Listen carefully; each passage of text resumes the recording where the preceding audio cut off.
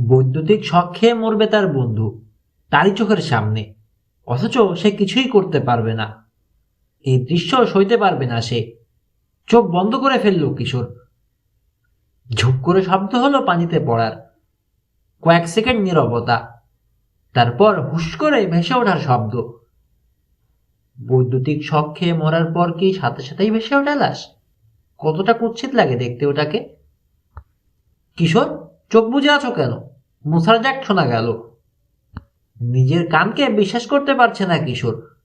আস্তে চোখ মেলে তাকালো। মুসাই পানিতে মাথা তুলে ডাকছে। বহাল তবিয়তেই আছে, কিছুই হয়নি ওর।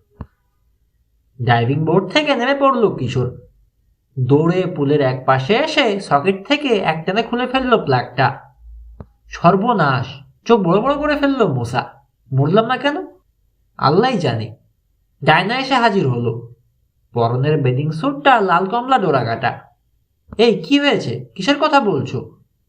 এই তারটা পানিতে ছিল, দেখিয়ে বলল কিশোর। প্লাগ সকেটে ঢোকানো। নিশ্চয়ই রাতের বেলা পাতা হয়েছে, বলল মুসা। মৃত্যু ফাঁদ। স্ট্রেঞ্জ। নিমেষে সাদা হয়ে গেছে ডায়নার মুখ। হাসি উধাও। আমার জন্য পেতেছিল, জানে সকালবেলা সাঁতার কাটতে নামবো আমি। ঢোক গিলে গিয়ে ধপ করে বসে পড়ল পুলের পাশের একটা চেয়ারে। হাত পা কাঁপছে। কে কে খুন করতে চায় আমাকে? বলতে পারবো না, তাই না? কিশোর বলল। তবে এনুটাকে সন্দেহ করা যায়। মুসা পানিতে নামার আগেই তারটা খুলেছ? না, পরে। কি করে বেঁচে গেল বুঝতে পারছি না। আমি পারছি, ডায়না বলল। স্বস্তি ফিরে এসেছে কিছুটা। আমি নামলেও মরতাম না। সকেটটা খারাপ কয়েক বছর ধরেই। সারাবে সারাবে করেও সারায়নি বাবা। ভাগ্যিস ভুলে গিয়েছিল। সাঁতার আপাতত থাক, কিশোর বলল। এনুটাকে গিয়ে ধরবো এখন। মাথা নাড়ল ডায়না। আমার মনে হয় না ওর কাজ। আমাকে দেখতে পারে না ঠিক, কিন্তু আমাকে খুন করতে আসবে না। চলুন না গিয়ে জিজ্ঞেস করে দেখি। না, আমি ওর সামনে আর যাব না। কিশোর, তুমিই যাও। পানি থেকে উঠতে উঠতে বলল মোসা। আমি ডায়নাকে পাহারা দিই।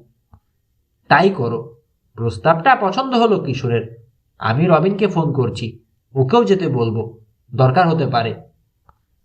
মুসা চলে গেল চেঞ্জিং রুমে কাপড় বদলাতে, আর কিশোর গেল কটেজে রবিনকে ফোন করতে।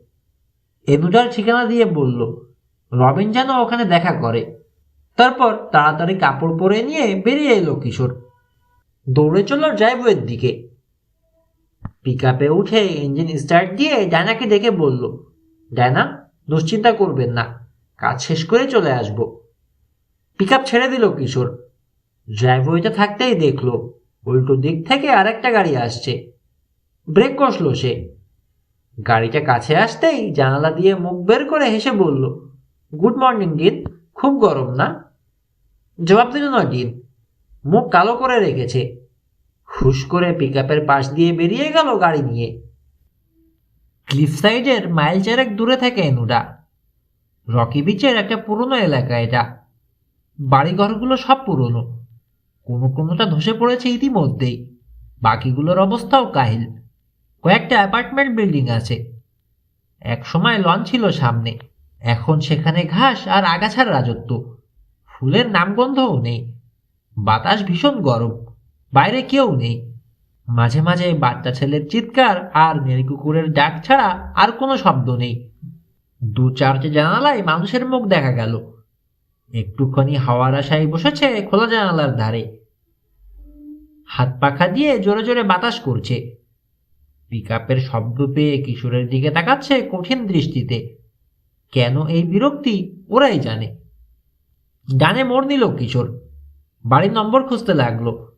তার আগে এসে হাজির হয়েছে রবিন। কিশোরকে আসতে দেখে গাড়ি থেকে নামলো। হাত নেড়ে ডাকলো। এনুটার বাসার সামনেই পার্ক করেছে সে। কিশোর গাড়ি থেকে নামতেই বলল, এত দেরি করলে যে? তোমার চেয়েও দূর থেকে আসতে হয়েছে আমাকে। ডায়না কেমন আছে? একটা ভুরু উঁচু করলো রবিন। আছে বোধহয় ভালোই। এতক্ষণে নিশ্চয়ই হেভি মারপিট লাগিয়ে দিয়েছে ডিন আর মোসা। হেসে রসিকতা করলো কিশোর। ভালো, তুমি মুক্তি পেলে। বলে কিশোরের হাত ধরে এনুজার ঘরের দিকে টেনে নিয়ে চলল রবিন। ছোট্ট একটা বাড়ি, দেয়ালে কতদিন রং পড়ে না কে জানে। এক পাশের দেয়াল ধসে পড়েছে, সামনের খুদে চত্বর ঘিরে বেড়া দেওয়া। পুরনো সেই বেড়ায় কাত হয়ে ঝুলছে একটা টিনের প্লেটে লেখা সাইনবোর্ড। পড়তে পারছো? জিজ্ঞেস করলো রবিন। সামনের দরজাটা ঠেলে খুলল। দাঁড়াও দাঁড়াও দাঁড়াও, লেখা আছে ড্যাশ হইতে সাবধান। কি হইতে সাবধান? সেটুকু মুছে গেছে, বোধহয় কুকুর। এই কুত্তা, সাবধান! চেঁচিয়ে উঠল রবিন। বিশাল কালো একটা প্রাণী ঘর থেকে বেরিয়ে ছুটে আসছে। ধক করে উঠল কিশোরের বুক। পাগলের মতো এদিক ওদিক তাকালো একটা হাতিয়ারের জন্যে। মাটিতে পড়ে থাকতে দেখলো একটা ডাল, তুলে নিল ওটা। দৌড়ে এসে দাঁড়ালো রবিনের সামনে, কুকুরটার মুখোমুখি। এই কুত্তা, সর সর! ধমক দিয়ে বলল সে। দাঁড়িয়ে গেছে জানোয়ারটা, দাঁত খিচালো বিকট ভঙ্গিতে। এক পা আগে বাড়ল কিশোর, ডাল নেড়ে হুমকি দিল। গর্জে উঠল কুকুরটা, তবে পিছিয়ে গেল এক পা। রবিন, সরে যাও, আস্তে করে বলল কিশোর। সামনের দরজাটা গিয়ে খোলো, আমি আটকে রাখছি এটাকে। পারবে? চেষ্টা করি, যাও। কিশোরের পেছন থেকে বেরিয়ে রবিন পা বাড়াতেই লাফ দিয়ে এগোলো কুকুরটা। কষে ওটার নাক মুখে এক বাড়ি মারল কিশোর। কেউ করে পিছিয়ে গেল কুকুরটা। আবার বাড়ি তুলল কিশোর।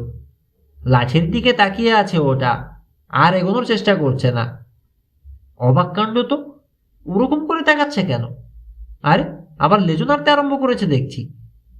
কি ভেবে লাঠিটা এক পাশে নাড়ল কিশোর, আর ঠিক সেই দিকে সই করে লাফ দেওয়ার ভঙ্গি করলো কুকুরটা। দাঁড়িয়ে আছে, কিশোরের গায়ে এসে পড়ার কোনো ইচ্ছে নেই। কি কুত্তা ওটা? রবিন অবাক হয়েছে, ওরকম করছে কেন? বোধহয় রিট্রিভার। ঝুঁকিটা নিল কিশোর, লাঠিটা ছুঁড়ে ফেললো রাস্তায়। বিদ্যুৎ খেলে গেল যেন কুকুরটার শরীরে। চোখের পলকে গেট দিয়ে বেরিয়ে গেল কুড়িয়ে আনার জন্যে। ওটা বেরিয়ে যাওয়ার সঙ্গে সঙ্গে গেটটা লাগিয়ে দিল কিশোর। রিট্রিভারই। চেপে রাখা নিঃশ্বাসটা শব্দ করে ছাড়ল কিশোর। দাঁত আছে প্রচুর ওটার, কিন্তু মগজ নেই। সামনের দরজার কাছে এসে দাঁড়ালো দুজনে। হলদে একটা কাগজে নোট লিখে টেপ দিয়ে সাঁটানো রয়েছে দরজায়। ডিয়ার ফ্রাঙ্ক, মলে যাচ্ছি আমি, 5 তলায় পাবে। ওখানে শুটিং হতে পারে আজ, 6টায় দেখা হবে। এনবি। গাধা নাকি লোকটা? কিশোর বলল। এভাবে খোলাখুলি লিখে রেখে যায় কেউ? জলদি চলো, খুন করে ফেলার আগেই ধরা দরকার। শুটিং হতে পারে বলছে। গেটের দিকে দৌড় দিল রবিন, কিন্তু কাছে যাওয়ার আগেই থমকে গেল। গেটের বাইরে দাঁতের ফাঁকে লাঠি চেপে ধরে দাঁড়িয়ে আছে কুকুরটা। ফিরে চেয়ে বলল, এই কিশোর, কি করব? দাঁড়াও। গেটের কাছে এগিয়ে গেল কিশোর। আমি খুললেই তুমি বেরিয়ে যাবে, সোজা গাড়িতে। তোমাকে যদি কামড়ায়? কামড়াবে না। গেটটা সামান্য ফাঁক করতেই ঢুকে পড়ল কুকুরটা। লাঠিটা ধরল কিশোর। এই সুযোগে চট করে বেরিয়ে গেল রবিন। কুকুরের মুখ থেকে লাঠি নিয়ে দূরে আরেক দিকে ছুড়ে দিল কিশোর। জানোয়ারটা সেটা আনতে ছুটতেই বাইরে এসে গেট লাগিয়ে দিল সে। পিকআপে উঠে পড়ল। রবিনের গাড়িকে অনুসরণ করে মলে চলে এলো কিশোর। ইনডোর লটে গাড়ি পার্ক করে রেখে এলিভেটরের কাছে চলে এলো। বন্ধ হয়ে যাচ্ছে দরজা, ভেতরে লোক ঠাসাঠাসি। দরজা টেনে ধরল কিশোর। এক্সকিউজ আস বলেই কারো প্রতিবাদের তোয়াক্কা না করে ঢুকে পড়ল ভেতরে। রবিনও ঢুকলো। কেউ পছন্দ করলো না ব্যাপারটা, তবে কিছু বললও না। 5 তলা, মিষ্টি হেসে বলল রবিন, অপারেটরের মন ভেজানোর জন্য। গোমরা মুখে সামান্যতম হাসি ফুটল না ছিপছিপে রোগাটে মানুষটার। বোতাম টিপে দিল।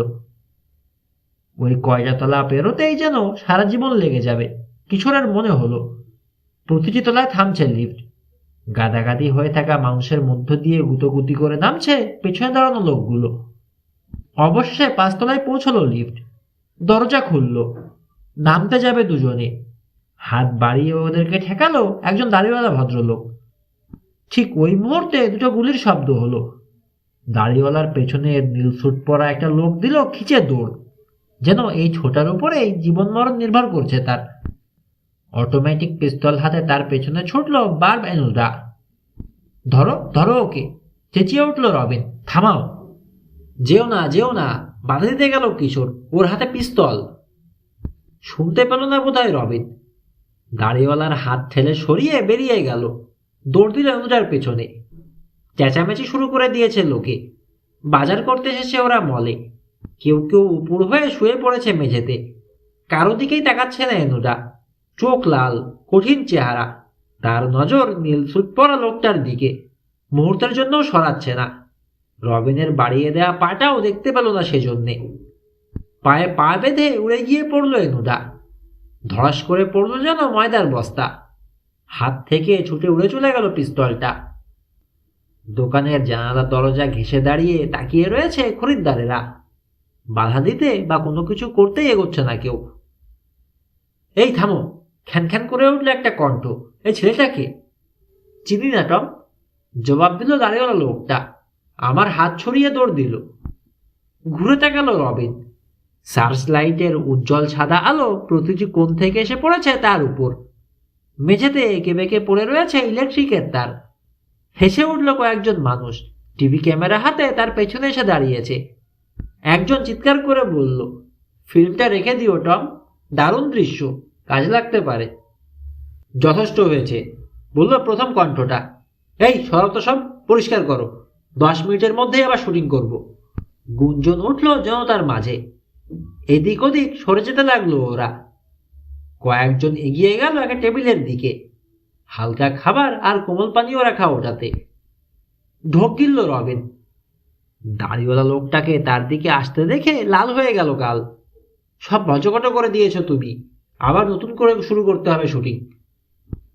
সরি স্যার, আমি ভেবেছিলাম। যা করার করেছ, আর করবে না। দাড়িওয়ালা লোকটা চলে গেলে ফিরে তাকালো রবিন। কিশোর এসে দাঁড়িয়েছে পাশে। রবিনের কাঁধে হাত রেখে সান্ত্বনার সুরে বলল, ওরকম ভুল সবাই করতে পারে, তুমি না করলে আমি করতাম। বাধা দিতে যেতাম এনুরাকে। পেছন থেকে বলে উঠল এনুরা, আবার আমার পেছনে লেগেছ? ফিরে তাকিয়ে শান্ত কণ্ঠে বলল কিশোর, ভুল হয়ে গেছে মিস্টার এনুরা, দেখলেনই তো। একেবারে স্পষ্ট দেখেছি আমি, চিবিয়ে চিবিয়ে বলল এনুরা। এনুরা এনুরা করবে না, এখানে আমি নিভার ব্রাউন। আমার ক্যারিয়ার ধ্বংস করতে এসেছো নাকি? না মিস্টার এনুরা, জানতে এলাম ডায়না মর্গানকে খুনের চেষ্টা আপনি কেন করছেন। বড় বড় হয়ে গেল এনুরার চোখ। বুক চেপে ধরে মাতালের মতো চলে উঠল। ইংরেজি নাটকের সংলাপ নকল করে বলে উঠল, ইউ ভাইল ইভিল জুভেনাইল ডেলিনকোয়েন্ট, এত বড় সাহস তোমার! আমাকে খুনি বলতে এসেছ? করবো নাই বা কেন বলেন? প্রাসাদের সেরাতে রিভলভার হাতে কাকে ঘোরাঘুরি করতে দেখেছি আমরা? যে পথে দেখা গেছে আপনাকে, ওই পথ দিয়েই সার্ভেন্টস কোয়ার্টার থেকে এসে প্রাসাদের বেসমেন্টে নামা যায়, সার্কিট ব্রেকারগুলো যেখানে আছে। Circuit breaker? কি বলছো? আরো বলতে পারি, আপনার সিলভার প্লেটেড রিভলভারটাই মনের মধ্যে পাওয়া গেছে গতকাল ক্লিফসাইড কান্ট্রি ক্লাবে জানাকে গুলি করার পর। ফালতু কথা রাখো, আমার ক্যারিয়ার নষ্ট হওয়ার ভয় আছে, নইলে তোমাকে ধরে এখন এমন ধোলাই দিতাম। তুমি বলছো কান্ট্রি ক্লাবে গিয়েছিলাম, আর আমি বলছি সারাদিন আমি এখানে ছিলাম, আমার পার্টি আসার অপেক্ষায়। এগিয়ে গিয়ে টেবিলের উপর থেকে একটা খাতা নিয়ে এলো। ফর ইয়োর কাইন্ড ইনফরমেশন, এই যে দেখো আমার হাজিরা। কিশোর পড়ল, ব্রাউন নিভার, এসেছে সকাল 7:30, বেরিয়েছে 6:35। বিশেষ হলো তো? আরেকটা কথা, আমি বেসমেন্টে ঢুকিনি। কি করে বুঝবো? সেরাতে আপনি গিয়েছিলেন ম্যানশনে, চাকরদের ঘরে ঢুকেছিলেন। পার্টি চলছিল, সবার চোখ এড়িয়ে কটেজে ঢোকার উপযুক্ত সময় ছিল ওটা। 5 মিনিট, চিৎকার করে বলল একটা ভারী কণ্ঠ। আর মাত্র 5 মিনিট, সবাই রেডি? গঙিয়ে উঠল এনুটা। হায় হায়, অনেক সময় নষ্ট করলাম বক বক করে, আমি যাই। তাড়াহুড়ো করে চলে গেল সে। এখনো আমি বিশ্বাস করি না ওকে, কিশোর বলল। এখানে থেকেও আর লাভ নেই, এনুদার সঙ্গে কথা বলা যাবে না, চলো। ওদের পেছনে হুশ করে খুলে গেল এলিভেটরের দরজা। ঢুকে পড়ল দুজনে। এবার ভেতরে আর একজনও নেই, শুধু ওরাই। আমার অন্য কাজ আছে, কিশোর বলল। তুমি এখানে থেকে এনুদের উপর নজর রাখতে পারবে, পারবে না? খুব পারবো, আগ্রহের সঙ্গে বলল রবিন। ও কি করে না করে সব দেখবে, দরকার হলে ওর বাড়ি পর্যন্ত অনুসরণ করে যাবে। সাবধান, ও যেন তোমাকে চিনতে না পারে। পিকআপের মধ্যে প্রয়োজনীয় নানা জিনিসপত্র আছে। বাক্স খুলে একটা সবুজ ইউনিফর্ম বের করলো কিশোর। শ্রমিকের কাজের পোশাক। নাও, পরে ফেলো। একটা প্লাস্টিকের ব্যাগ হাতে নিয়ে ময়লা টকানোর ভান করবে, পারবে তো? দেখোই না, হেসে বলল রবিন। পোশাকটা হাতে নিয়ে বলল, আসছি, 1 মিনিট। মহিলাদের টয়লেটের দিকে রওনা হয়ে গেল সে। ফিরে এলো একটু পরেই। ঠিক মতো লাগেনি পোশাকটা, সামান্য ঢলঢলে হয়েছে। হাত আর পায়ের নিচের অংশ ভাঁজ করে মুড়ে রাখতে হয়েছে। হেসে ফেলল কিশোর। দেখো, টিভির পরিচালক আবার দেখে না ফেলে।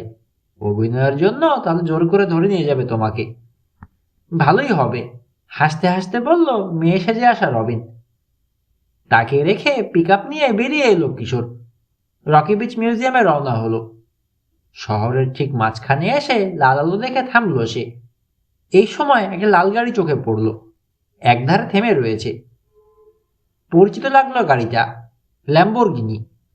চিনে ফেললো, ডায়নার গাড়ি। সামনে না এগিয়ে গাড়িটার পেছনে এনে পিকআপ রাখলো কিশোর। কাছের একটা স্টোর থেকে বেরিয়ে এলো ডিন রুজভেল্ট, হাতে একগাদা পত্র পত্রিকা। হাত নেড়ে ডাকলো কিশোর, হাই ডিন। ফিরে তাকালো ডিন। কিশোরকে দেখেই চোখ জ্বলে উঠল। কি, ডায়না এসেছে নাকি? না, এলো আর কই, বডিগার্ডের সঙ্গে রয়ে গেছে। বডিগার্ড শব্দটা ব্যঙ্গের সুরে বলল সে। আমাদের উপর অযথাই রেগে আছো। হা হা, তা কি জন্য এসেছো তুমি? গ্যারেজ থেকে গাড়িটা নিতে। ল্যাম্বরগিনিটা দেখালো ডিন। ডায়নায় অনুরোধ করলো। পিকআপ থেকে নামলো কিশোর। এত পত্রিকা কার জন্যে? ওর জন্যেই। আজকের কাগজে ওর ছবি বেরিয়েছে, বলল সব কটার একটা করে কপি কিনে নিয়ে যেতে। ওর কাজ করে দিতে আপনার ভালো লাগে না? লাগলেই বা কি, তোমার জ্বালায় কিছু করতে পারবো নাকি? আর তোমাকেই বা দোষ দিয়ে কি হবে? যতবারই ওর কাছাকাছি যেতে চাই, কেউ না কেউ এসে মাঝখানে পড়ে বাগড়া দেবেই। হো, এজন্যই আমার উপর রাগ না? হেসে বলল কিশোর। বিশ্বাস করুন, বাগড়া দিয়ে শয়তানি করার কোনো ইচ্ছেই আমার নেই। তাহলে ওভাবে পিছিয়ে লেগে রয়েছ কেন? রহস্যের লোভে। দারুণ একটা কেস পেয়ে গেছি। বর্জিয়া ড্যাগারকে ঘিরে জমে উঠেছে রহস্য। এর কিনারা করার জন্যই ঘোরাফেরা করি ম্যানশনে। সত্যি বলছো? হ্যাঁ, সত্যি বলছি। দীর্ঘ একটা মুহূর্ত কিশোরের চোখে চোখে তাকিয়ে রইল ডিন। মনে হলো না কথাটা বিশ্বাস করেছে। ডিন, আপনাকে পেয়ে ভালোই হলো। হয়তো বুঝতে পারছেন ডায়নাকে কেউ খুন করার চেষ্টা করছে। আমাদেরকে সাহায্য করছেন না কেন? ডায়নার উপর কড়া নজর রাখছি আমি। কই আর রাখলেন, এই তো চলে এলেন এখানে। যদি এই সময়ের মধ্যে কিছু হয়ে যায়? কেন, তোমার বন্ধু আছে না ওখানে? হ্যাঁ আছে, সেজন্যই তো বলছি চোখ রাখার দরকার নেই। অন্যভাবে সাহায্য করুন আমাদেরকে। কিভাবে? আসুন আমার সঙ্গে, রকি বিচ মিউজিয়ামে যাব। এসবের পেছনে জুভেনারের হাত থাকতে পারে, তাহলে তাকে ঠেকাতে হবে। সাহায্য দরকার আমার, আপনি এলে খুব ভালো হয়। কি যেন ভাবলো ডিন, তারপর মাথা নাড়ল। বেশ, চলুন তাহলে। মিউজিয়ামে ঢোকার সময় চুলে হাত চালালো ডিন। অস্বস্তি বোধ করছে, শেষে বলেই ফেলল, কিশোর, আমি গোয়েন্দা নই। এসব কাজ আমাকে দিয়ে কি হবে? তার চেয়ে আমি বরং ম্যানশনে চলে যাই। ডায়নার কাছে কাছে থাকলে কাজ হবে। আসুন, বেশিক্ষণ লাগবে না। কয়েকটা কথা জিজ্ঞেস করবো শুধু জুবেনারকে। রিসেপশনিস্ট জানালো অফিসে নেই জুবেনার। কোথায় গেছে বলতে পারলো না, ফিরতে দেরি হবে। বসা যাবে কিনা জিজ্ঞেস করলো কিশোর। রিসেপশনিস্ট বলল, ঠিক আছে, ওর অফিসে গিয়ে বসো। এসে বসে আছে তো আছেই ওরা, জুবেনারের দেখা নেই। উঠে যাবে কিনা ভাবছে কিশোর, বিশেষ করে ডিনের চাপাচাপিতে বিরক্ত হয়ে অনেকটা। এই সময় দরজা খোলার শব্দ হলো। ফিরে তাকালো দুজনে। জুবেনার নয়, বাদামি স্যুট পরা দুজন বিশাল দেহী লোক। জুবেনার কই জিজ্ঞেস করলো একজন। তার জন্যই তো বসে আছি আমরা, জবাব দিল কিশোর। আসবে কখন? জানি না, সেক্রেটারি বলল দেরি হবে, কোথায় গেছে জানে না। হারামজাদাকে পেলে মজা দেখাতাম আজ। হাত মুঠো করে ফেলেছে লোকটা, টাকা দেবে না, ওর বাপ দেবে। এই কি বলছো? ধমক দিয়ে বলল দ্বিতীয় জন। মাথা সবসময় গরম হয়ে থাকে না, চলো পরে আসা যাবে। প্রথম লোকটাকে প্রায় টেনে বের করে নিয়ে গেল দ্বিতীয় জন। টানাটানিতে একজনের কোটের ফাঁক দিয়ে বেরিয়ে পড়েছে হোলস্টার। কিশোরের চোখ এড়ায়নি সেটা। চিন্তিত ভঙ্গিতে বলল, দেখলেন? কি? অবাক হলো ডিন। পিস্তল, দুজনের কাছেই পিস্তল আছে। বলে কি? ভয় পেয়ে গেল ডিন। তবে কি জুবেনারকে খুন করতে এসেছিল? কি জানি। আমি আর বসবো না, চলো, অনেক দেরি হয়ে গেছে। ঘড়ি দেখলো কিশোর। হ্যাঁ, 4:30 বাজে, চলুন। সেক্রেটারির কাছে এসে জুবেনারের বাড়ির ঠিকানা চাইল কিশোর। একটা কাগজে খসখস করে কিছু লিখে বাড়িয়ে দিল সেক্রেটারি। লেখাটা পড়ে কিশোর বলল, হার্ড লেক, পাশের শহরটাই, ডায়নাদের বাড়ি থেকে দূরে না। দিনের দিকে তাকালো, যাবেন নাকি? না বাবা, আমি পারবো না। দুহাত নাড়ল ডিন। পারলে তুমি যাও, আমি ম্যানশনে যাচ্ছি। হাসল কিশোর, এত ভয় পেলেন? চলুন, আমিও যাব, মুসার সঙ্গে কথা আছে। রসিকতার ভঙ্গিতে চোখ টিপল সে। দেখি ও সরতে রাজি হয় কিনা, তাহলে খানিকক্ষণের জন্যে একলা পাবেন আপনি ডায়নাকে। ওর বডিগার্ড হওয়ার খায়েশটা পূরণ হবে। মর্গান ম্যানশনের কাছে পৌঁছলো দুটো গাড়ি। লাল ল্যাম্বরগিনিটা আগে আগে রয়েছে, পেছনে কিশোরের পিক আপ। ড্রাইভওয়ে পেরিয়ে আসতেই গাড়ি বারান্দায় আরেকটা গাড়ি চোখে পড়ল। ওটার কাছে এসে পিক আপ থামিয়ে নামলো কিশোর।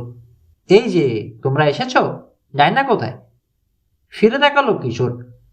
প্রাসাদের সদর দরজায় দাঁড়িয়ে কিশোরের উদ্দেশ্যে হাত নাড়লেন ডক্টর নরিয়েমা। প্রশ্নটা তিনিই করেছেন। ল্যাম্বরগিনির দরজা খুলে লাফ দিয়ে নামলো ডিন। কেন? মুসার সঙ্গেই তো ছিল, এখানেই তো থাকার কথা। অবাক হলেন ডক্টর। বলো কি? আমি এসে দেখি দরজা খোলা, ওরা নেই। কিশোর আর ডিনও অবাক হলো। শঙ্কা ফুটল ডিনের চোখে। খোঁজ করা দরকার, জরুরি কণ্ঠে বলল কিশোর। ডিনকে পাঠালো প্রাসাদে খুঁজতে। সে চলল গ্যারেজ দেখতে। চারটে দরজাই খোলা। লনে কাজ করার যন্ত্রপাতি আর কিছু গ্রিল পড়ে থাকতে দেখা গেল গ্যারেজের দুটো ঘরের ভেতরে। বাকি দুটো পুরো খালি। গাড়ি নিয়ে গেছে, ভাবল কিশোর। ফিরে চলল প্রাসাদে। মাঝপথে থাকতেই দরজায় দেখা দিল ডিন। উত্তেজিত ভঙ্গিতে হাত নেড়ে ডাকল। দৌড় দিল কিশোর। ড্যাগার, ড্যাগার, চেঁচিয়ে বলল ডিন। কি হয়েছে? কিশোর জানতে চাইল। ডিনের চোখে ভয়, নেই ওটা। ডিনের পাশ কাটিয়ে ছুটে পার্লারে ঢুকলো কিশোর। আবার জায়গা মতো ঠেলে সরিয়ে রাখা হয়েছে বুককেসটা। ছবিগুলো ঠিক মতোই ঝোলানো রয়েছে। সোজা সাইনবোর্ডের দিকে এগুলো সে।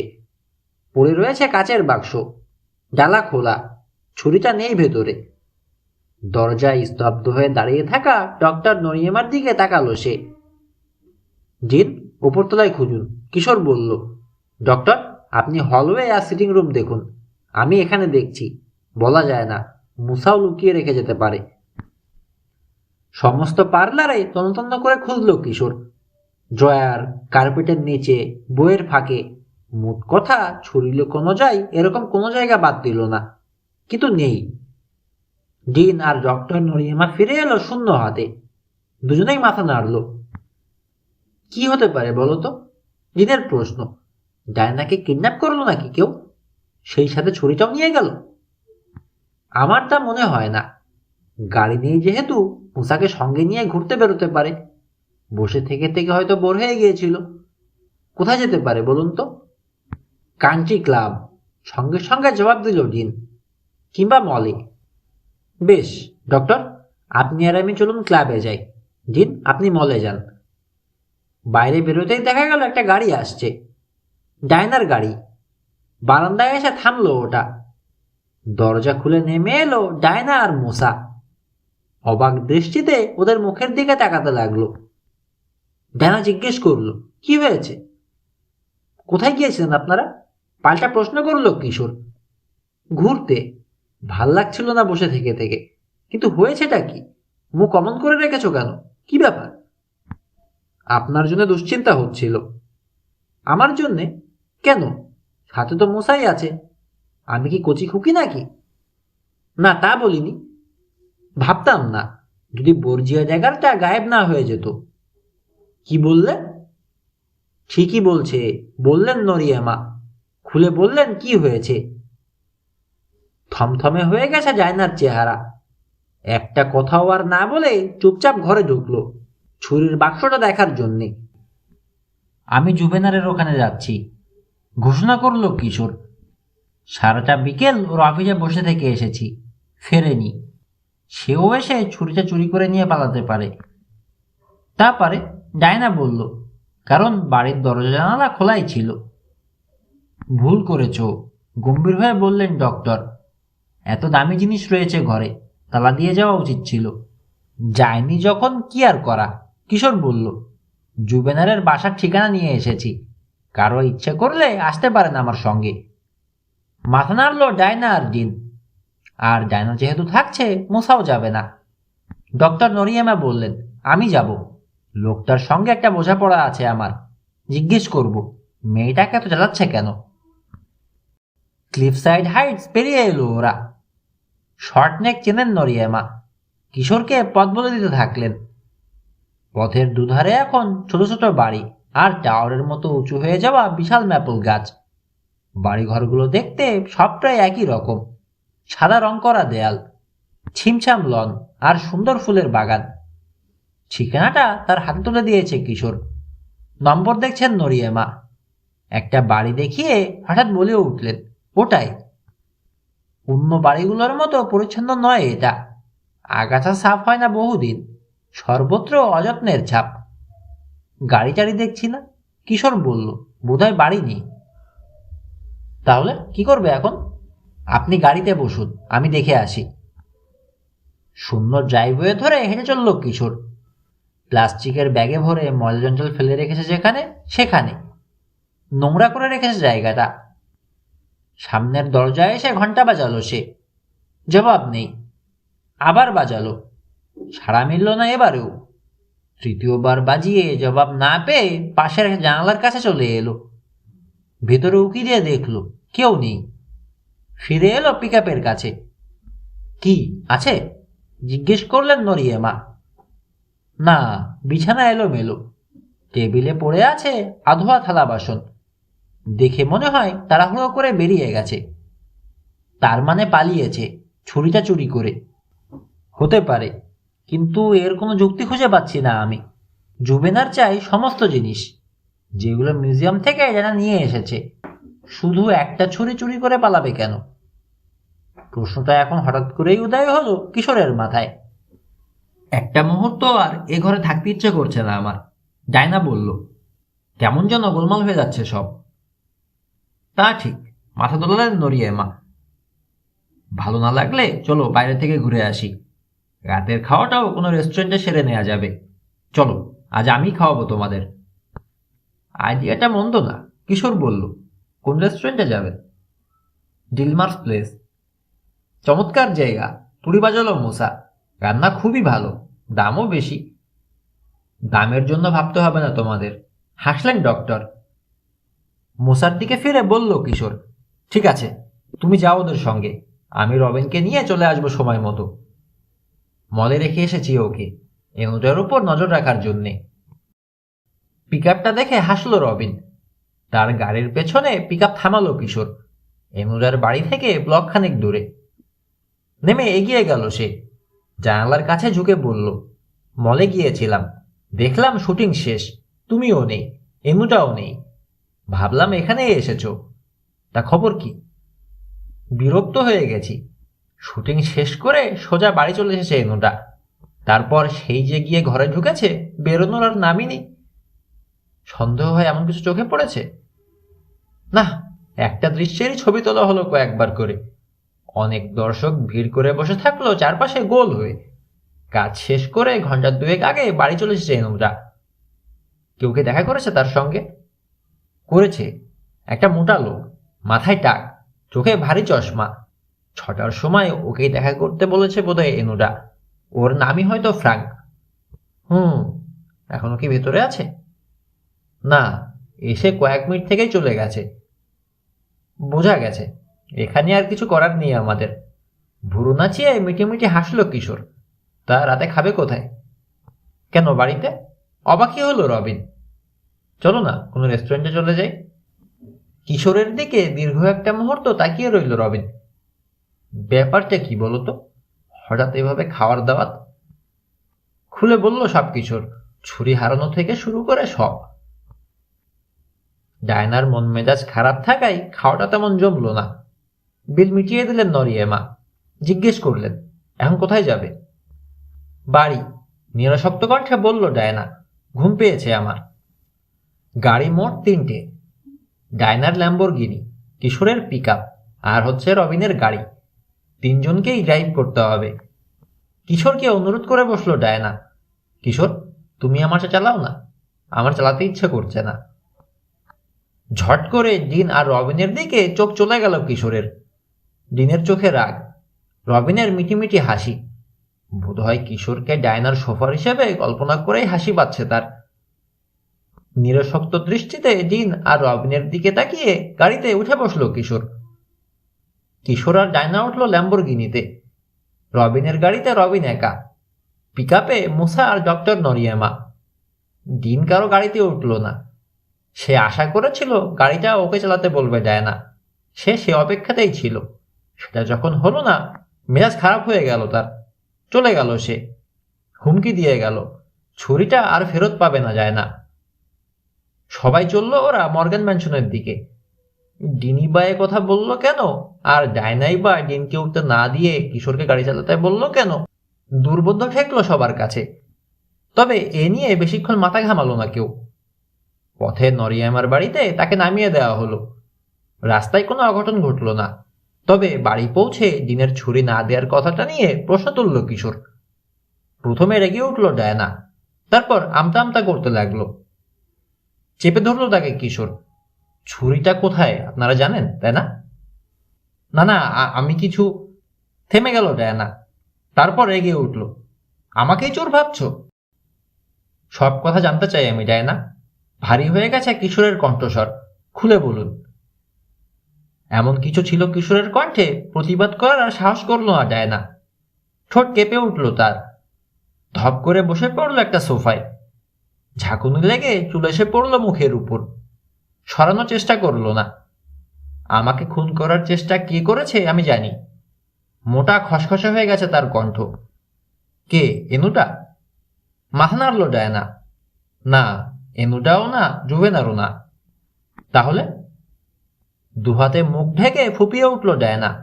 চোখে পানি নিয়ে তাকালো কিশোরের দিকে, যেন করুণার আশায়। কে ডায়না? কোমল গলায় জিজ্ঞেস করল কিশোর। চোখের পানি আর ঠেকাতে পারল না ডায়না। আমি আর ডিন। সমস্ত ব্যাপারগুলো সাজানো ছিল। চমকে যাওয়া সবকটা মুখের দিকে এক এক করে তাকালো সে। আর পেটে রাখতে পারল না কথা। গড়গড় করে বেরিয়ে আসতে লাগলো সব। আব্বার রেখে যাওয়া সব টাকা বন্ধু বান্ধবের পাল্লায় পড়ে বেহিসেবি খরচ করে শেষ করে ফেলেছি আমি। উড়িয়ে দিয়েছি কিছুদিনের মধ্যেই। টাকা ওড়ানো যে এত সহজ জানতাম না। হঠাৎ একদিন দেখি খালি হয়ে গেছে অ্যাকাউন্ট। চাকর বাকরের খরচ দিতে পারছি না। বিদায় করে দিতে হলো ওদেরকে। শুধু যে অ্যাকাউন্টটি খালি হয়েছে তা নয়, ধারও হয়েছে অনেক। ম্যানশনটা বিক্রি করে দিলেও সে ধার শোধ করে খুব সামান্যই বাকি থাকে। ওই টাকা দিয়ে রকি বিচে কোনো মতে ছোটখাটো একটা বাড়ি কেনা যায়। খাওয়া পড়ার জন্য একটা কাজ জুটিয়ে নেওয়া ছাড়া আর কোনো উপায় থাকতো না আমার। সেজন্যই মিউজিয়াম থেকে আর্ট কালেকশনগুলো ফেরত নিয়ে এসেছি আমি। বলে গেল ডায়না। জানি, বেআইনিভাবেই করেছি কাজটা। দলিলটা হারিয়ে ফেলেছে জুভেনার। এই সুযোগটা কাজে লাগিয়েছি। নিয়ে এসেছি বিক্রি করার জন্যে।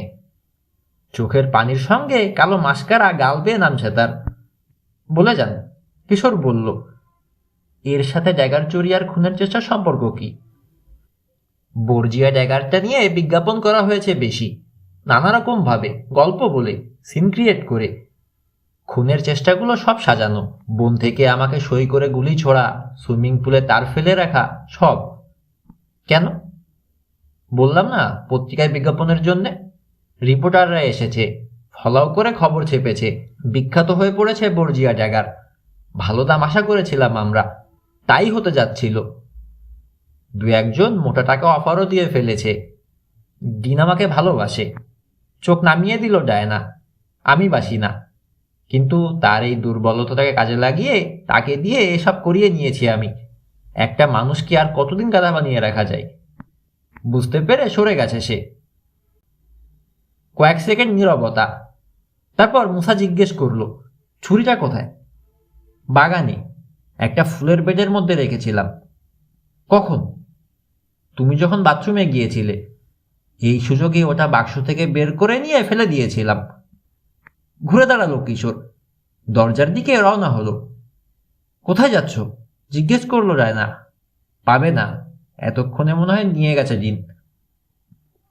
তাহলে ওকে খুঁজে বের করব। ঠিক এই সময় দপ করে নেমে গেল সমস্ত আলো। ডিন, ডিনের কাজ, চিৎকার করে বলল ডায়না। আমাকে খুন করবে এবার, প্রতিশোধ নেবে। ও পাগল হয়ে গেছে। আল্লাহ জানে কি করবে, বিড়বিড় করল মুসা। হাতে ছুরি আছে যখন। আছে কোথায় ও? রবিনের প্রশ্ন। আউফ করে উঠল অন্ধকারে মুসা। কি হলো? কিশোর উদ্বিগ্ন। কি যেন পা মারিয়ে দিল। ডায়নাই হবে। তোমার পা? জোরে নিঃশ্বাস ফেলল ডায়না। আমি টর্চ খুঁজছি। ড্রয়ার খোলার শব্দ হলো। অন্ধকার চিরে দিল টর্চের উজ্জ্বল আলোক রশ্মি। দুটো আছে, ডায়না বলল। আমাকে একটা দিন, বলল মুসা। এই চুপ, শোনো, ফিসফিসিয়ে বলল রবিন। সবাই শুনতে পেল বিচিত্র শব্দটা। থেমে গেল হঠাৎ। এলো থেকে বুঝতে পারছে না ডায়না। কি জানি, বুঝতে পারলো না মুসাও।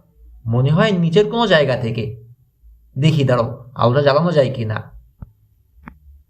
সেলারের দরজার কাছে এসে দাঁড়ালো মুসা। টান দিয়ে খুলে ভেতরে ঢুকলো। সার্কিট ব্রেকারের বাক্সটার কাছে এসে আলো ফেললো।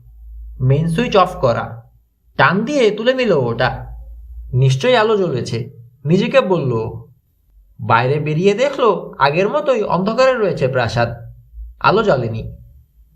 মেন লাইনের তারটার কেটে দিয়েছে, অনুমান করলো কিশোর। আলো নেভালো। চিন্তিত শোনালো কিশোরের কণ্ঠ, অথচ আসছে না। ও কিছু করার আগে আমাদেরই ওকে খুঁজে বের করা উচিত। এসো তো। টর্চের আলোয় পথ দেখে সামনের দরজার দিকে এগুলো চারজনে। গ্রীষ্মের রাতের ভ্যাপসা গরম, আঠা আঠা করে দেয় ঘাম। এই পরিবেশে ওদের মনে হলো সবকিছুই যেন খুব ধীরে ধীরে ঘটছে, স্লো মোশন ছায়াছবির মতো। পুরনো কাঠ আর ধুলোয় ঢাকা কার্পেটের গন্ধ ভাসছে ঘরের বাতাসে। একের পর এক ঘরে ঢুকছে ওরা, আর একই রকম গন্ধ পাচ্ছে। হঠাৎ থ্যাক করে একটা শব্দ হলো। ঝটকা দিয়ে মুখ তুলল কিশোর। ওপরে তাকালো। এক দৌড়ে হল পেরিয়ে এসে উঠল সিঁড়িতে। ঠিক পেছনে রয়েছে মুসা। সিঁড়ির মাথায় উঠে হল ঘরে টর্চের আলো ফেলে দেখল। শূন্য ঘর। দিন, আপনি ভুল করছেন, চেঁচিয়ে বলল কিশোর। আমরা চারজন, আর আপনি একা। কিছুতেই পারবেন না। গোলমাল না করে বেরিয়ে আসুন, কিছু বলবো না আপনাকে। সাড়া নেই। ডান দিকে হয়েছিল শব্দটা, ফিসফিস করে বলল কিশোর। দেয়ালের দিকে পিট করে পা টিপে টিপে সেদিকে এগোলো সে আর মুসা। দরজার কাছে এসে দাঁড়িয়ে গেল। বন্ধ। পাথর হয়ে দাঁড়িয়ে রইল কয়েকটা সেকেন্ড। তারপর হঠাৎ এক লাথি মেরে পাল্লা খুলে ফেলল কিশোর। পরক্ষণেই সেটা গেল দেয়ালের সঙ্গে। ঝটকা দিয়ে খুলে দেয়ালের সঙ্গে খটখট করে বাড়ি খেল পাল্লাটা। কেউ বেরিয়ে এলো না ঘর থেকে। টর্চ জেলে ঘরে আলো ফেলল কিশোর। বড় একটা বিছানা রয়েছে, চারপাশে বেশ কিছু আসবাবপত্র। একটা আলমারির কাছে এসে টান দিয়ে খুলে ফেলল দরজা। ভেতরে 3টে কোট ঝুলছে হ্যাঙ্গারে। পালিয়েছে, মুসা বলল। কিন্তু কোন পথে? কিশোরের প্রশ্ন। আবার বেরিয়ে এসে হলঘরে আলো ফেলল। ডায়না আর রবিনই বা কোথায়? কোনো সাড়া নেই তো ওদের। তার কথার জবাবেই যেন উল্টো দিক থেকে ভেসে এলো তীক্ষ্ণ চিৎকার। দৌড় দিল দুজনে। একটা ঘরে শব্দ শোনা গেল। ভেতরে ঢুকলো ওরা। মেঝেতে লুটিয়ে রয়েছে একটা দেহ। টর্চের আলো পড়ল তার উপর। রবিন! উদ্বিগ্ন কণ্ঠে বলে উঠল কিশোর। কি হয়েছে রবিন? হাঁটু মুড়ে বসলো তার পাশে। উফ, কানটা আমার। কান চেপে ধরে আছে রবিন। দেখি তো। রবিনের হাতটা সরিয়ে দিয়ে কানের দিকে তাকালো কিশোর। আরে, রক্ত পড়ছে তো। অবশ্য বেশি কাটেনি। এখানে কি করছিলে তুমি? মুসা জিজ্ঞেস করলো। তোমরা চলে যাওয়ার পর আমি আর ডায়না ভাবলাম পেছনের সিঁড়ি দিয়ে উঠে যায়। ও সোজা 3 তলায় উঠে গেল। আমি দোতলায় উঠতেই একটা শব্দ কানে এলো। তারপরেই তুমি এখানে এসে ঢুকেছ? কিশোর বলল, টর্চ ছাড়া। মাথা ছেঁকালো রবিন। এখানে ঢুকতেই শুনলাম পেছনে কে যেন ফিসফিস করে ডায়নার নাম ধরে ডাকছে। ফিরে চেয়ে আবছা একটা মূর্তিকে দেখলাম। দিনের মতোই লাগলো। ছুরি চালালো। সরে গিয়েছিলাম, ফলে শুধু কানে একটু খোঁচা লেগেছে। চিৎকার করে উঠলাম। ও বুঝে ফেললো আমি কে। গাল দিয়ে উঠে দৌড়ে চলে গেল। কেঁপে উঠল রবিন। লোকটা পুরো পাগল হয়ে গেছে। ভাগ্যিস কান ছাড়া আর কিছু কাটতে পারেনি। কিছুটা রসিকতা করেই বলল মুসা। কান দিল না রবিন। এখানে দাঁড়িয়ে থাকলে হবে না। দিনের মাথা এখন পুরাই খারাপ। ডায়নাকে পেলে ছাড়বে না। জলদি চলো। হ্যাঁ হ্যাঁ, চলো। উপরতলা থেকে হঠাৎ আর একটা চিৎকার শোনা গেল। প্রতিধ্বনি তুলল প্রাসাদের দেয়ালে। ছুটতে আরম্ভ করেছে ততক্ষণে কিশোর, মুসা আর রবিন। বড় একটা চিলেকোঠায় এসে ঢুকলো। ঢালু হয়ে নেমে গেছে কাঠের সিলিং। শেষ প্রান্তে একটা টেবিলের কাছে দাঁড়িয়ে আছে জিন আর ডায়না। সরো, জানোয়ার কোথাকার! হিস্টিরিয়া রোগীর মতো চেঁচিয়ে উঠল ডায়না। ছুরিটা তুলে ধরেছে ডিন। একবার টেবিলের এপাশ ঘুরে আর একবার ওপাশ ঘুরে পৌঁছতে চাইছে ডায়নার কাছে। এই, ফেলো ওটা! দরজার কাছ থেকে বলল কিশোর। ঝট করে ঘুরে দেখালো ডিন। মুখে পড়েছে কিশোরের টর্চের আলো। বিকট চিৎকার করে টেবিলের উপর ঝাঁপ দিয়ে পড়ল ডিন। প্রায় পিছলে চলে এলো আর এক পাশে। ছুরি তুলে ছুটে এলো কিশোরকে মারার জন্যে। কাছে এসে প্রথমেই থাবা দিয়ে কিশোরের হাত থেকে টর্চটা ফেলে দিল। মেঝেতে গড়াতে শুরু করলো ওটা, তবে আলো নিভল না। থাবা দিয়ে ধরতে গিয়েও পারল না কিশোর। চলে গেছে আওতার বাইরে। বর্জিয়া ড্যাগারের স্বাদ দেখো কেমন লাগে! সাপের মতো হিসিস করে উঠল ডিন। দাঁড়িয়ে রইল না মুসা। তাড়াতাড়ি গিয়ে তুলে নিল টর্চটা।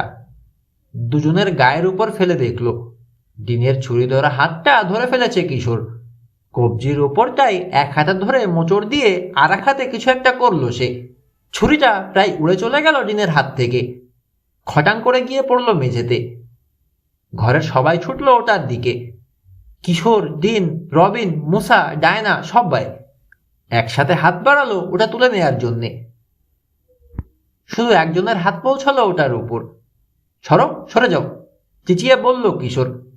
ধাক্কা দিয়ে সরানোর চেষ্টা করলো রবিন আর ডায়নাকে। মাথার উপর ছুরিটা তুলে ঘোরাতে লাগলো ডিন। হঠাৎ লাফিয়ে এসে পড়লো ডায়নার উপর। বাহু দিয়ে গলা পেঁচিয়ে ধরল। চেঁচানোর চেষ্টা করলো ডায়না। স্বর বেরোলো না ঠিক মতো। ছুটে গেল কিশোর। মুসা, সরো! ছুরিটা ডায়নার গলায় ঠেকিয়ে ধমক দিয়ে বলল ডিন। মাঝপথেই দাঁড়িয়ে গেল দুই গোয়েন্দা। এরকম তো হওয়ার কথা ছিল না, ডায়না। তীক্ষ্ণ হয়ে গেছে ডিনের কণ্ঠ। এত কষ্ট করে আলাপ আলোচনা করে আমরা প্ল্যান করেছিলাম। ভেবেছিলাম বাকি জীবনটা সুখে কাটাবো দুজনে, কিন্তু তুমি সব নষ্ট করেছ। সব শেষ করে দিয়েছে তোমার লোভ। কি করেনি? ডিন, আমাকে ছাড়ো!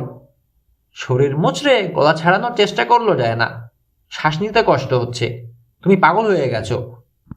প্যাচ আরো শক্ত করলো ডিন। আমার সঙ্গে বেইমানি করেছো তুমি। স্বীকার করো সে কথা। করতে লজ্জা লাগছে? বলো, নিলামের সমস্ত টাকা মেরে দেওয়ার ফন্দি করনি তুমি? আমাকে ফাঁকি দিতে চাওনি? না। হাঁসফাঁস করছে ডায়না। ছাড়ো প্লিজ। ঠেলে নিয়ে চললো তাকে ডিন। ধাক্কা দিয়ে ফেললো একটা ক্যাবিনেটের উপর। ঝটকা দিয়ে খুলে গেল ওটার দরজা। অসংখ্য প্লেট আর রূপার তৈজসপত্রের ফোয়ারা ঝরতে লাগলো যেন। উপর দিকে তাকালো সে। কিছুটা ঢিল হয়ে গেল বাহুর বাঁধন। সুযোগটা কাজে লাগালো ডায়না। ঝাড়া মেরে গলা ছোটালো। তবে বাসনে পা পিছলে আশ্রয় পড়লো মেঝেতে। ঝনঝন করে পড়ছে জিনিসপত্র। আলো নিভিয়ে দিল মুসা। নরক গুলজার শুরু হয়ে গেল যেন। মাত্র কয়েক সেকেন্ড স্থায়ী হলো লড়াই। শেষ হলো ভোঁতা একটা ধূপ শব্দ দিয়ে। আবার যখন আলো জ্বালল মুসা, দেখা গেল ডিনের ভোপাতিত নিথর দেহের পাশে দাঁড়িয়ে আছে সে। ডান হাতের আলগা মুঠোয় পড়ে আছে বর্জিয়া ড্যাগার। বেশি জোরে মারলাম না তো? হাতের টর্চটা নেড়ে হেসে বলল মুসা, মরে না গেলেই বাঁচি। আরে না, ঠিক হয়ে যাবে। ডায়নাকে টেনে সরিয়ে নিতে নিতে বলল কিশোর। আরেকটু হলেই আমাকে মেরে ফেলেছিল, ফুপিয়ে উঠল ডায়না। আর পারবে না, অভয় দিল কিশোর। বাইরে একটা গাড়ির দরজা বন্ধ হওয়ার শব্দ হলো। কে এলো? রবিনের প্রশ্ন। কি জানি, মুসা বলল। এখনো কাঁপছে ডায়না। ধরে ধরে তাকে এনে দেয়ালে হেলান দিয়ে বসিয়ে দিল কিশোর। সব আমার দোষ কিশোর, ফোপাতে ফোপাতে বলল ডায়না। আমি আর ডিনি সব করেছি। 1 মিনিট, হাত তুলল রবিন। হাতের টর্চটা ঘোরালো ডায়না আর ডিনের উপর। একটা ব্যাপার বাদ পড়ে যাচ্ছে। ধরলাম বনের ভেতর থেকে গুলি করেছিল ডিন। সুইমিং পুলে বিদ্যুতের তার ফেলে রাখাটাও ওর কাজ, কিন্তু সেদিন পার্টিতে ইলেকট্রিসিটি অফ করে দিয়ে মূর্তিটা ঢেলে ফেললো কে? সেটা তো তার কাজ হতে পারে না। ডায়নার দিকে তাকালো কিশোর মুসা। পেছনের সিঁড়িতে মৃদু পায়ের শব্দ হলো। কি, জবাব দাও। ডায়নার দিকে তাকিয়ে ভুরু নাচালো রবিন। দরজার দিকে তাকিয়ে স্থির হয়ে গেল ডায়না। ঘরে ম্লান আলো এসে পড়ল। ফিরে তাকালো অন্যেরা। হাতে একটা কেরোসিনের বাতি নিয়ে দাঁড়িয়ে আছেন ডক্টর নরিয়েমা, মুখে কুৎসিত হাসি। হাতের পিস্তলটা তুলে বললেন, এই যে তোমার জবাব। ডায়না, সব ভণ্ডুল করে দিয়েছ তুমি। নিমের তেতো ঝরল যেন ডক্টরের কণ্ঠে। বিরক্ত ভঙ্গিতে মাথা নাড়ল। সব ঠিকঠাক চলছিল, এরকম যে ঘটবে ভাবতেই পারিনি। আমাদেরকে খুন করবেন? মুসা জিজ্ঞেস করল। ডায়নার কাছে গিয়ে দাঁড়ো তোমরা 3 জন। 3 গোয়েন্দাকে নির্দেশ দিলেন তিনি। ডিনের কাছে। ডায়না, সরো। সেটটা এমনভাবে সাজাবো যাতে মনে হয় 3 জনকে খুন করে নিজেও আত্মহত্যা করেছে ডিন। খিকখিক করে হাসলেন তিনি। খবরের কাগজে হেডিং কি বেরোবে এখনই আন্দাজ করতে পারছি। দারুণ খবর ছাপবে ওরা। সব দোষ পড়বে ছুরিটার ঘাড়ে। ফলাও করে ওরা লিখবে, বর্জিয়া ড্যাগারের রক্ত লালসার কারণে মারা পড়ল এতগুলো তরুণ প্রাণ। আহারে! পিস্তল নাড়লেন তিনি। দাঁড়িয়ে আছো কেন? যাও। ধীরে ধীরে ডিনের দিকে এগোলো ওরা। প্লিজ খালা, চুপ, এখানে এসো আমার পাশে। পিস্তলটা এখন কিশোরের দিকে ধরে রেখেছেন ডক্টর। উঠে দাঁড়ালো ডায়না। টলমল করছে পা, যেন যে কোনো মুহূর্তে পড়ে যেতে পারে।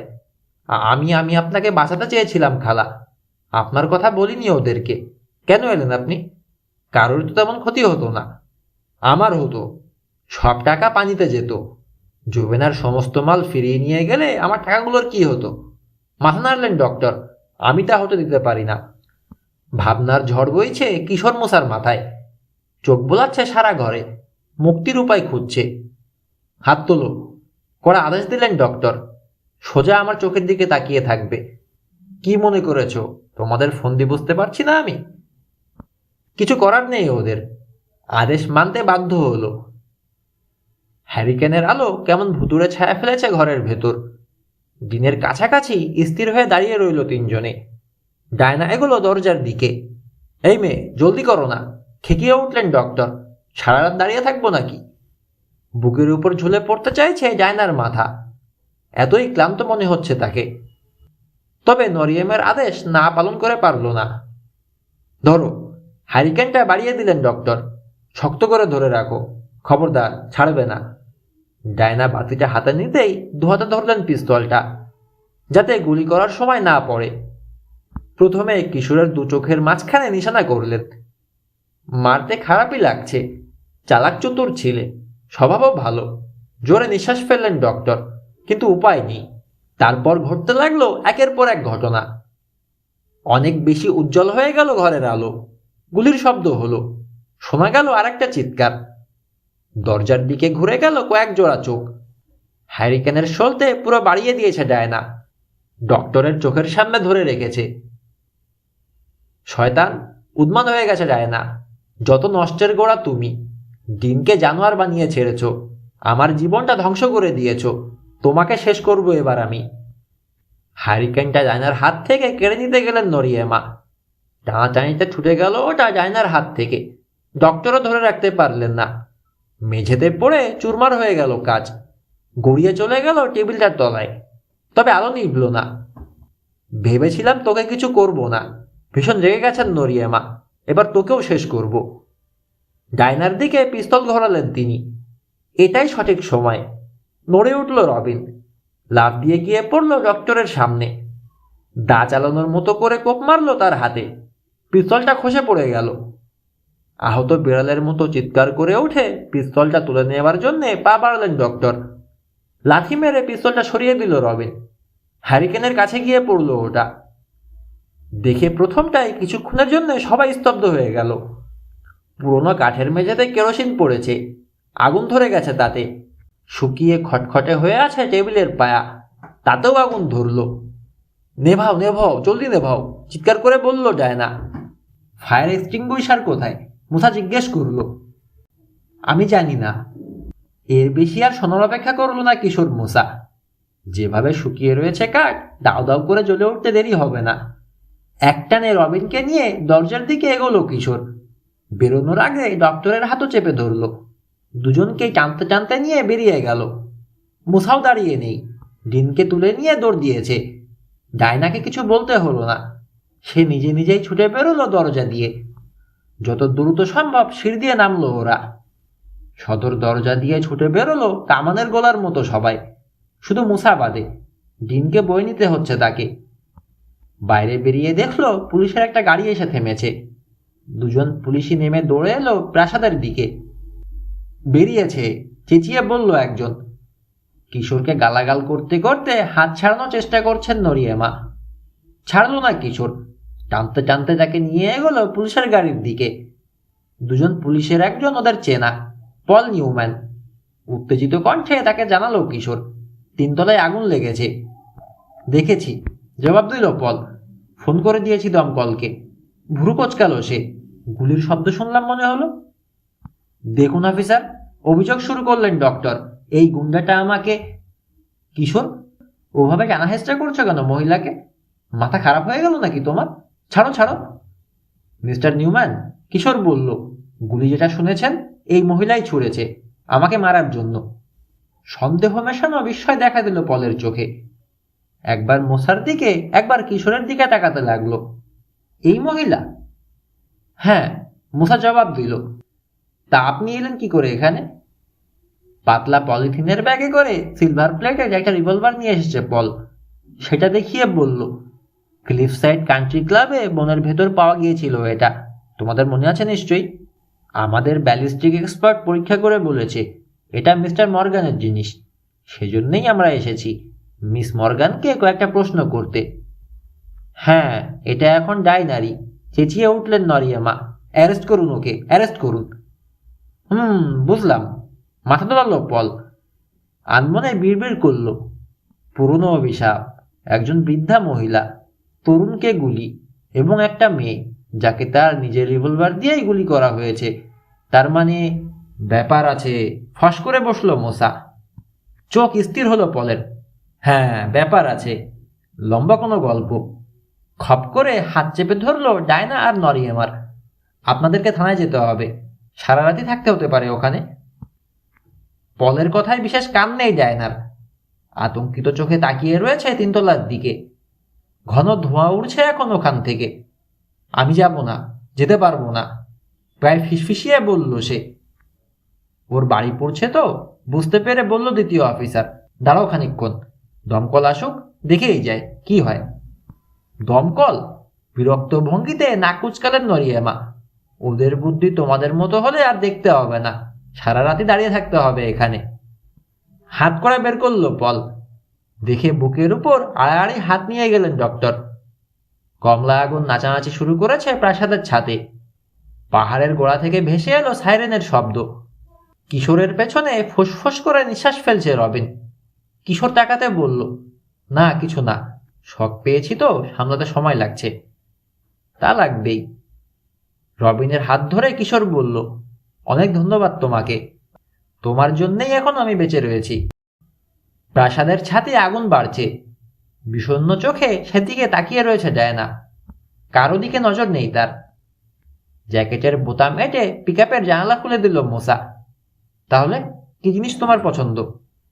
দেখো মুসা, কিশোর বলল তীক্ষ্ণ কণ্ঠে, আর যাই হোক এই হ্যালোইন ক্যান্ডি অন্তত নয়, ওগুলো বাচ্চাদের খাবার। কতবার বলেছি, তোমার ইচ্ছা হলে যত খুশি খাও, আমাকে সাদাসাদি করো না, ওগুলো আমার ভাল লাগে না। ভালো, খুব ভালো। স্টিয়ারিং ঘোরালো মোসা। অক্টোবরের চমৎকার বাতাস। মলের দিকে চলেছে ওরা। তোমাকে অন্য কিছুই কিনে দেওয়া হবে। রবিন, তুমি? আমার ক্যান্ডি খেতে আপত্তি নেই, হেসে বলল রবিন। কিশোরের মতো তো আর ওজন বাড়ার আতঙ্ক নেই আমার। পার্কিং লটে এসে গাড়ি রাখলো মোসা। তিনজনেই নামলো। এলিভেটরে উঠলো শুধু ওরাই, আর কেউ নেই। চারতলায় এসে আস্তে করে থামলো কোনো ঝাঁকুনি ছাড়া। খবরদার মোসা, চেঁচিয়ে বসলো কিশোর। দরজা খুলতেই এলিভেটরের অন্য পাশে দেয়ালের সঙ্গে সেটে গেছে সে। লাফিয়া সরে এলো মুসাও।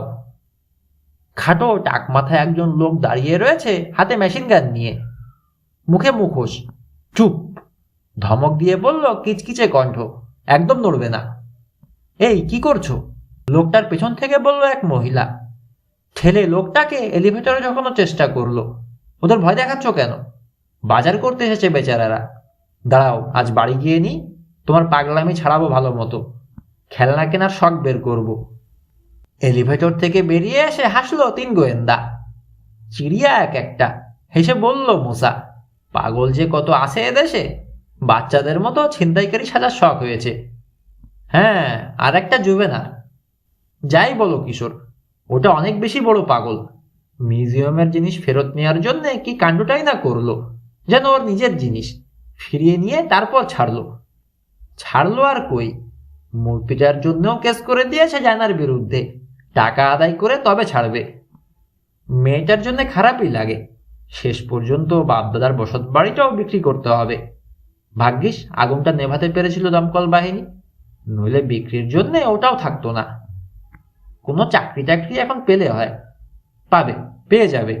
পত্রিকায় অনেক বিজ্ঞাপন হয়েছে তো, টিভিতেও চান্স পেয়ে যেতে পারে। অনেক দিন দেখা নেই, ভাবছি দেখা করব।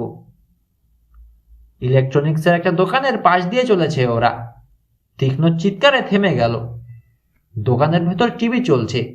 চিৎকারটা এসেছে ওটার ভেতর থেকেই। পর্দায় দেখা গেল পাগলের মতো মাথার চুল ছিঁড়ছে আর চেঁচামেচি করছে একটা মেয়ে। খাইছে বলতে না বলতেই হাজির। অবাক হয়ে বলল মুসা, কিনেছ? আমাদের যায় না মর্গান, সত্যি সত্যি অভিনয় শুরু করে দিয়েছে টিভিতে। ঘরময় ছোটাছুটি করছে যায় না, চেঁচাচ্ছে, কাপ প্লেট ছুঁড়ছে, চেয়ার উল্টে ফেলছে। হাতের কাছে একটা ফুলদানি পেয়ে সেটা নিয়ে তেড়ে গেল কাচমচু হয়ে থাকা খানসামার দিকে। একেবারে নিজের জীবনের ঘটনা, কিশোর বলল, সেই জন্যই এত জীবন্ত। যাই বলো, ট্যালেন্ট আছে মেয়েটা, নাম করে ফেলবে। খানসামাটিকে চিনতে পেরেছ? ভ্রূণাচল রবিন। আরে তাই তো, বারবেনুটা। দুজনের অভিনয় দেখতে দেখতে হাসি ফুটল মোসার মুখে। ঠিকই হয়েছে, যেখানে যাওয়ার কথা ওদের ঠিক সেখানেই গেছে। এক পর্যায়ে হাসি আর চেপে রাখতে পারল না কিশোর, হো হো করে হেসে উঠল। চমৎকার হাসির অভিনয় করছে ডায়না আর এনুরা। হাসলো মুসাও। তারপর হঠাৎই যেন সংবিত ফিরল। আরে দাঁড়িয়ে আছি কেন আমরা এখনো? চলো চলো। একটা দোকানের দিকে ছুটলো সে, হ্যালোইন ক্যান্ডি কেনার জন্যে।